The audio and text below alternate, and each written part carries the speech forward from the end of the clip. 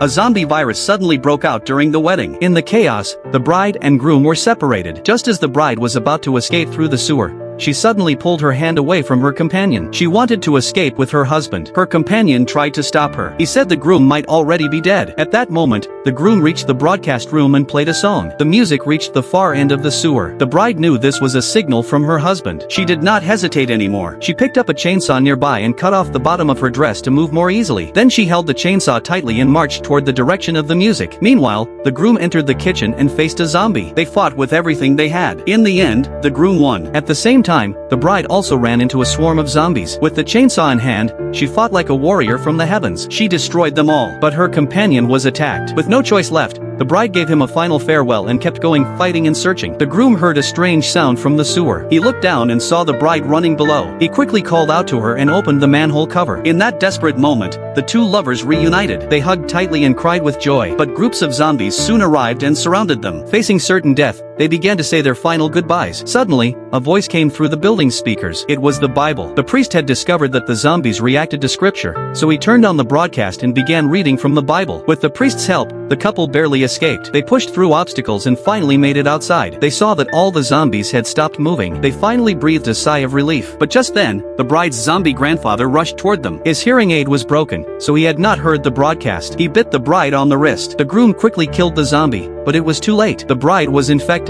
She begged the groom to cut off her infected hand. He was heartbroken, but he did it. He supported the weak bride as they reached the front gate. The entire estate was surrounded by the police. They only needed to cross the barrier to be safe. But even after losing her arm, the bride was still infected. The groom was devastated. Ignoring the police, he carried his bride across the quarantine line. When they reached the outside, the police shouted for him to put her down, but he kissed his zombie bride instead. In the end, under a storm of bullets, the two of them completed their wedding.